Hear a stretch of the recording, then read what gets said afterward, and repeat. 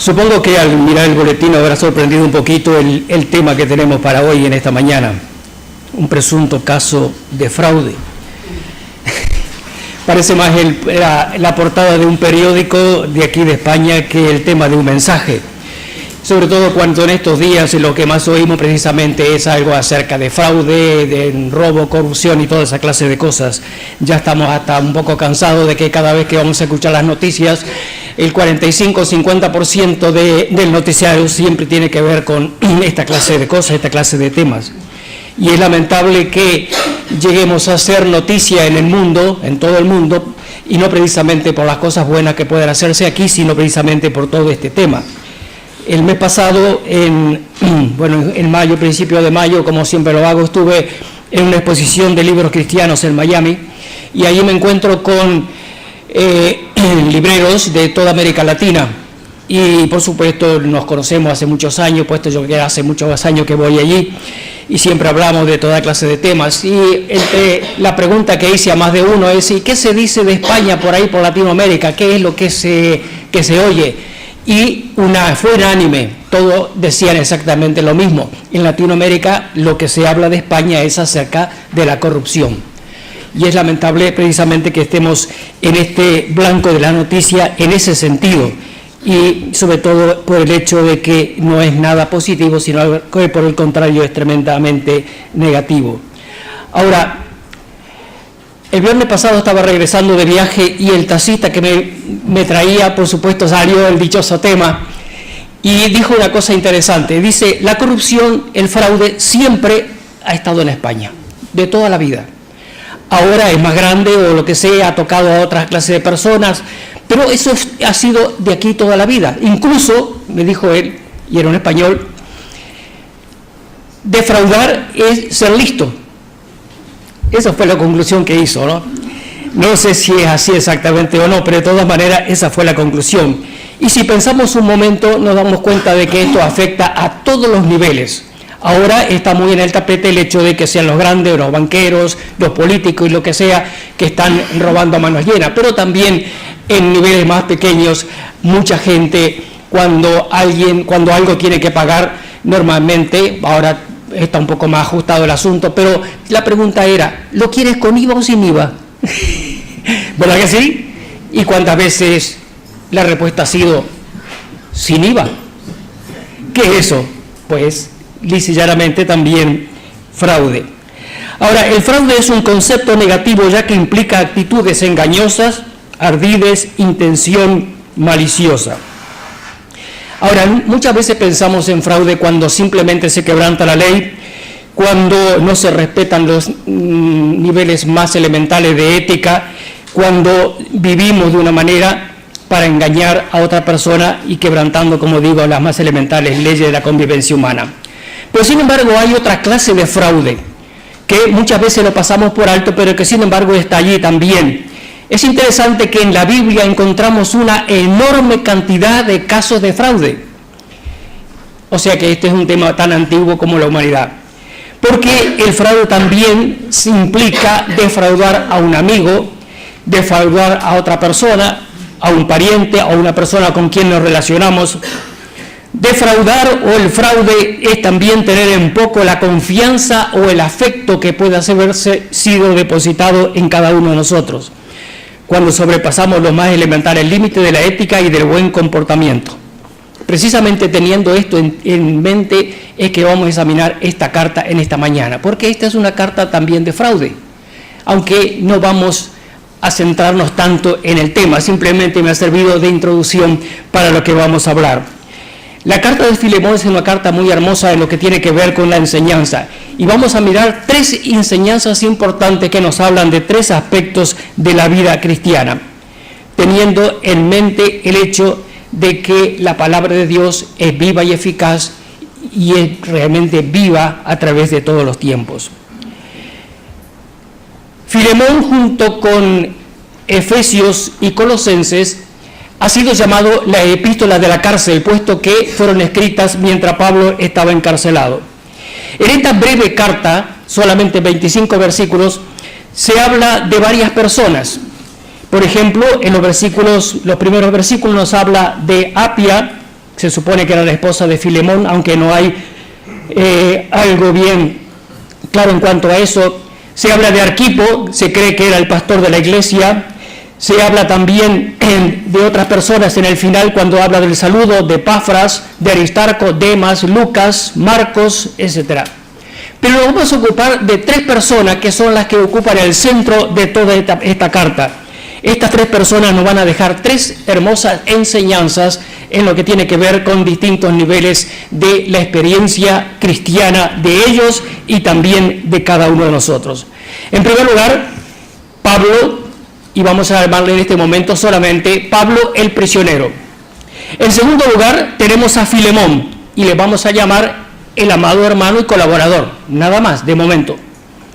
Luego tenemos a Onésimo, Onésimo el esclavo, y nada más, por ahora. Vamos a empezar por Onésimo. Es interesante acerca de este hombre, porque es el centro y la razón y el por qué esta carta fue escrita. Onésimo es precisamente el personaje central. Es un esclavo. Ahora, en aquellos días era muy normal, en el Imperio Romano, era muy normal que la gente tuviera esclavos. Era tan normal que tenemos el caso, en este caso específico, de que un cristiano, como era Filemón, un amado hermano, un creyente, tuviera esclavos en su casa, para dar una idea de lo normal que era la esclavitud. En aquellos tiempos, en los tiempos en que el Imperio Romano estaba extendiéndose, conquistando, subyugando y llevando gente de aquí para allá, lo más común es que los esclavos surgieran de los prisioneros de guerra. Cuando llegaban a un lugar, conquistaban el país, se llevaban siempre como prisioneros, como botín de guerra, muchísima gente que luego era vendido en subasta pública como esclavos. Estos trabajaban en las minas, en los campos y también los más afortunados en las labores domésticas. Un esclavo era propiedad del amo. No tenía ni derecho ni bienes, absolutamente nada. Era un objeto, nada más. Era una mercancía que podía ser comprada y vendida. No entraba en ningún momento sus intereses personales, ni lo que él sentía o lo que aspiraba o nada, absolutamente nada. Era un objeto, una propiedad, como quien compra un florero para ponerlo en su casa, nada más. Muchas veces llevaban un collar que decía: si escapo, detenedme y devolvedme a mi amo. Cuando un esclavo se fugaba, se ponía precio a su captura.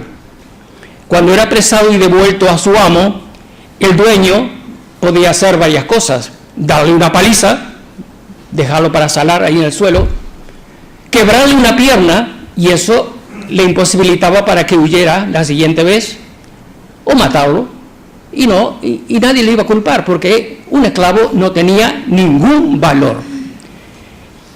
Y ahora volvemos a Onésimo. Es interesante que el nombre Onésimo no es pura y exclusividad de este hombre en particular, sino que era un nombre que se ponía muchas veces a muchos esclavos. ¿Por qué? Porque la palabra onésimo significa útil, o sea, aquel es un onésimo, aquel también es un onésimo, aquel es una persona útil. En este caso, Onésimo, el cual nos ocupamos, tengamos en mente el hecho de que era una persona que significaba su nombre útil. Sin embargo, el apóstol Pablo dice a Filemón algo muy interesante: este que tiene por nombre útil te es inútil, o sea, no sirve absolutamente para nada. Y por otro lado, es sospechoso de fraude, o como dice ahora muy corrientemente, es un presunto defraudador, puesto que había defraudado la confianza que se había puesto en él. Se ha dicho muchas veces, y he leído unos cuantos comentarios acerca de esto, y prácticamente todos dicen lo mismo, se ha dicho muchas veces que Onésimo había robado a Filemón. Sin embargo, en la Biblia no encontramos ni un solo versículo que apoye precisamente esa idea. Se presume, se imaginan, pero no hay ningún versículo que diga que Onésimo hubiera robado a su dueño. Lo más probable es que simplemente huyó. Ahora, en cierta manera era algo lógico. El trabajo de esclavo no era un trabajo liviano, eso en primer lugar. En segundo lugar, era un prisionero, había sido contra su voluntad traído a aquella condición y a aquel país completamente distinto. Y era la ansia lógica de una persona en esas condiciones era tratar de huir en cuanto le fuera posible. Y eso fue aprovechado por Onésimo y huyó de la casa de Filemón. Sin embargo, aquella decisión no cambió en absoluto su condición. Seguía siendo un esclavo, ahora era un esclavo huido. Y aunque saboreó un poco la libertad, seguía siendo un esclavo sin ninguna duda. Onésimo creía que habiendo huido de la casa de Filemón podía alcanzar la libertad, pero no se daba cuenta de que él era un doble esclavo, no solamente un esclavo porque tenía cadenas, sino que era otra clase de esclavo. Y había solamente algo o alguien que podía darle esa plena libertad. Con toda razón el Señor Jesucristo en Juan capítulo 8, versículo 32 dijo, solo, y esto es un añadido, solo la verdad os hará libres. Y cuando aquellos que estaban escuchando le preguntaban, pero ¿cómo es posible que hable acerca de este tema de esta manera? Nosotros somos descendientes de Abraham. Nunca, jamás hemos sido esclavos de nadie. ¿Cómo dices tú seréis libres? Y el Señor dijo esta verdad que sin lugar a duda es muy importante en lo que tiene que ver con la experiencia de Onésimo y en la de cualquier persona. Todo aquel que comete pecado es esclavo del pecado. Onésimo era un esclavo por dentro y por fuera. Y no importaba si se quitaban las cadenas, iba a seguir siendo un esclavo por dentro, porque todo aquel que comete pecado es esclavo del pecado. Podía ser libre de sus cadenas, pero hubiera seguido encadenado a sus pecados. Y eso es lo que sucede muchísimas veces con la gente. Se desprende de ciertas cosas que pretendida en forma piensan que le están encadenando de distintas maneras y piensan que ahora sí son libres de ellas, pero no se dan cuenta de que hay otra clase de cadena que les ha atado, que les mantiene, y a menos que consigan la plena libertad a través de la obra del Calvario, no pueden decir que son enteramente libres. Dios tenía un plan para este hombre, para Onésimo. La Biblia no dice cómo llegó a estar cerca de Pablo. Posiblemente, ya que era un esclavo que había huido de su amo, posiblemente fue capturado con aquel cartelito que llevaba, no podía menos, no podía escaparse de otra forma. Posiblemente llegó a la cárcel hasta que llegara el momento de que fuera devuelto a su dueño. Y allí en la cárcel entonces tuvo la oportunidad de ponerse en contacto con el apóstol Pablo. Y entonces el versículo 10 nos dice lo que sucedió en aquel encuentro. Dice, te ruego por mi hijo Onésimo, a quien engendré en mis prisiones. El original lo dice un poquito distinto. Lo dice, te ruego por mi hijo, a quien he engendrado en mis cadenas, por Onésimo. Hay una razón, un poco de jugar con las palabras y la razón de por qué Pablo lo dice de esta manera. Porque está hablando de un esclavo que se había escapado de su amo, que ahora estaba en una relación y una condición completamente distinta con relación a Filemón. Y entonces, preparando un poquito el camino, no le dice de golpe, por Onésimo, porque Filemón hubiera bajado la persiana y hubiera dicho, se acabó, no sigo leyendo la carta. Pero cuando le dice, te ruego por mi hijo, te pido por favor por mi hijo, a quien he engendrado en mis cadenas.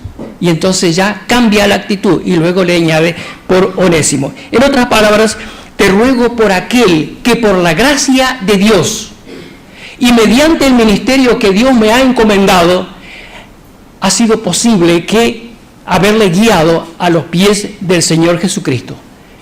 Esta persona ha tenido un encuentro personal con Cristo. Este hombre que antes te era inútil, ahora realmente hace honor a su nombre. Ahora te puede ser útil. En otro tiempo te fue inútil, pero ahora a ti y a mí es útil. Porque si el Hijo os libertare, seréis verdaderamente libres. O sea que no hay ninguna otra manera, ninguna otra forma en que podamos ser libres de las cadenas del pecado, sino solamente a través de la obra del Calvario. El versículo 18 dice algo interesante. Si en algo te dañó o te debe, ponlo en mi cuenta. Y aquí venimos a la palabrita del principio o del tema, el presunto caso de fraude. Porque aquí no dice que hubiera defraudado. Simplemente dice el apóstol Pablo, si en algo te dañó, si en algo te debe, es decir, si hay alguna cosa que tú puedas achacarle a este hombre o que puedas ponerle en su cuenta, en el debe, yo te pondré lo que corresponde en mi cuenta. Ahora es interesante la forma como lo hace el apóstol Pablo. Pablo tomó sobre sí la supuesta culpabilidad de Onésimo. No sabemos si era culpable o no, pero hay una cosa que no debemos olvidar.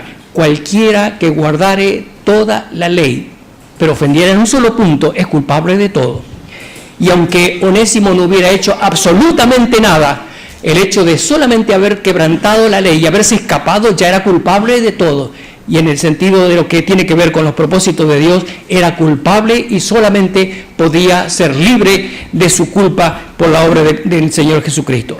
Pero Pablo dice esto: yo llevaré su culpa, su deuda, ponla en mi cuenta, y yo pagaré esa deuda.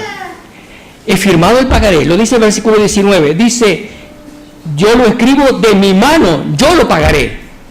Es interesante esta expresión porque se dice que Pablo tenía problema de los ojos y muchas veces usaba escribas que escribían sus cartas, no era realmente él. Por eso en algunas partes, en otras cartas, por ejemplo en el libro de Gálatas dice, yo he escrito de mi propia mano.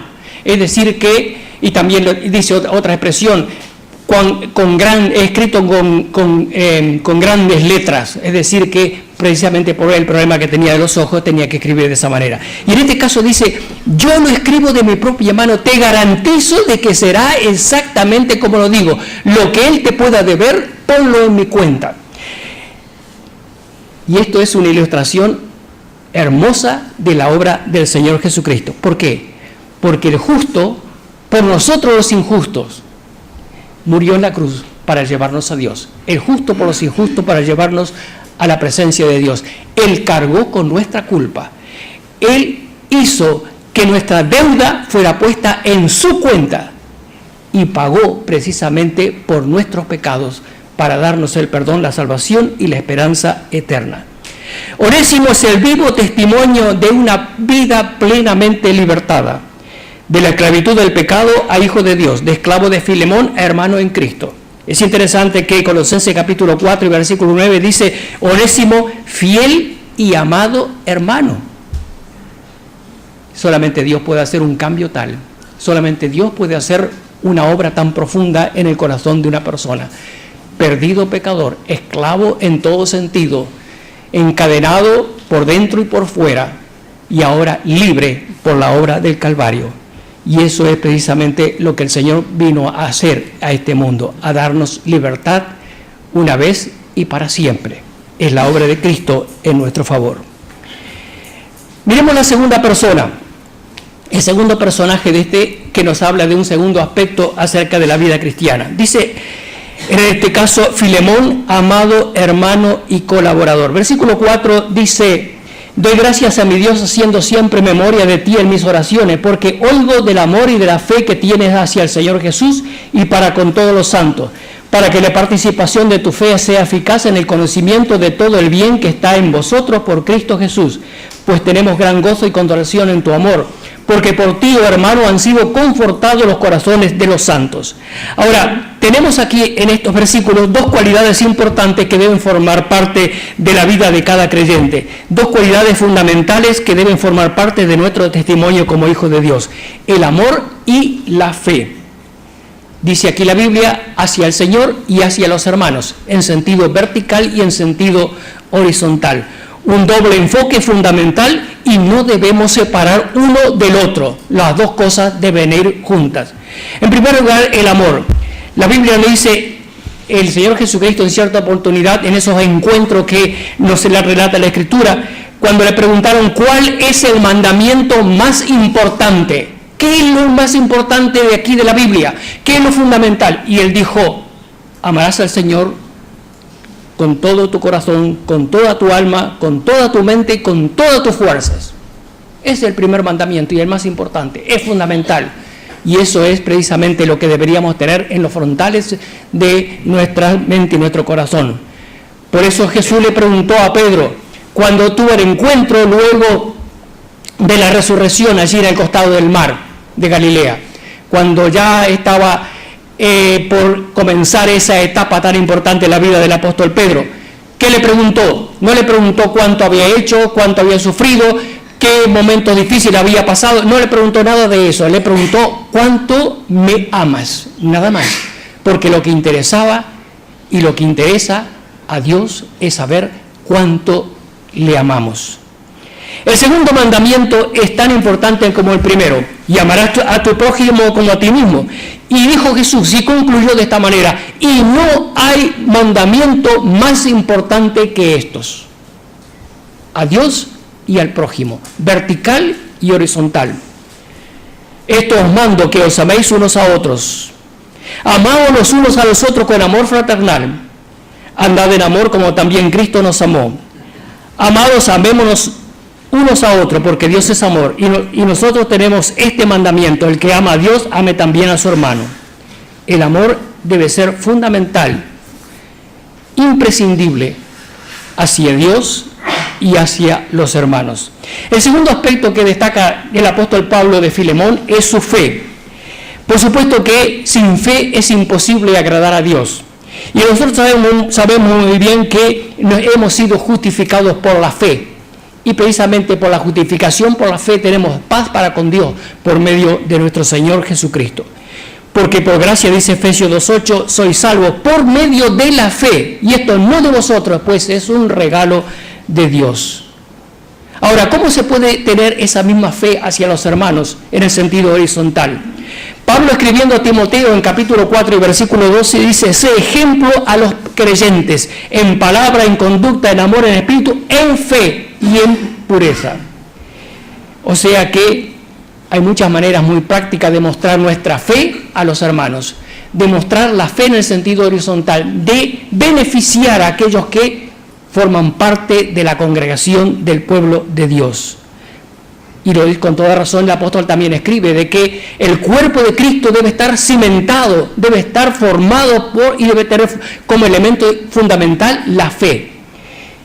Y a esa fe, precisamente, en forma práctica, es cuando tenemos lo que dice el versículo 7 en el final: los corazones de los santos, los corazones de los hermanos han sido confortados precisamente por el testimonio y por la manera de actuar de este hombre. Filemón confortaba, fortalecía y consolaba a los hermanos. Y lo más interesante, y era esta parte importante para nosotros, el testimonio de Filemón era conocido por todos. Estoy oyendo, dijo el apóstol Pablo, allá en Roma, en la cárcel, estoy oyendo lo que tú estás haciendo, que tienes no solamente en el sentido vertical fe y amor hacia Dios, sino que lo manifiestas, lo expresas, lo vives, y esa es la parte importante en cuanto a la vida cristiana. Vives la verdadera vida cristiana en su testimonio para con los demás. Y cabe la pregunta: ¿qué se oye de nosotros? Porque estamos en el mismo plan, estamos en el mismo propósito y Dios desea lo mismo. Filemón nos ha dejado un tremendo ejemplo de lo que es vida cristiana práctica, de lo que es vivir la vida cristiana en todo sentido. Y luego tenemos el tercer personaje, Pablo, prisionero. Pero ahora voy a añadir algo más. Es interesante que esta carta, así como también las otras cartas que él escribe desde la cárcel, añade algo muy interesante, algo distinto de lo que era la introducción en otras epístolas. En la mayoría de las cartas que escribe Pablo dice Pablo, siervo Pablo, el apóstol Pablo, etcétera, etcétera. Pero en este caso especial, en estas cartas, dice Pablo, prisionero de Jesucristo. A uno diría, mirándolo así rápidamente, diría, bueno, es lógico. Si estaba en la cárcel, ¿cómo no lo va a decir? Pero miren las palabras que dice aquí. Pablo, no prisionero de Roma, no prisionero del imperio, no prisionero porque a alguien se le ocurrió que estuviera encadenado. Dice Pablo, prisionero de Jesucristo. Y esto cambia completamente el concepto y la idea de lo que queremos decir. Pablo, prisionero. Efesios capítulo 4, versículo 1 está hablando acerca de lo que es también vida cristiana y dice: yo preso en el Señor, os digo tal y cual cosa. Ahora, ¿cómo había llegado a este punto? Romanos capítulo 6, versículos 17 y 18 dice, erais esclavos del pecado y ahora libertados del pecado, vinisteis a ser siervos o esclavos de la justicia. Como dijo el salmista en cierta oportunidad, tus cuerdas me han caído en lugares deleitosos. Me he encadenado voluntariamente a aquel que me ha dado la libertad. Pablo nos dice que debemos aspirar a una vida cristiana más allá de lo que podríamos catalogar como vida cristiana normal.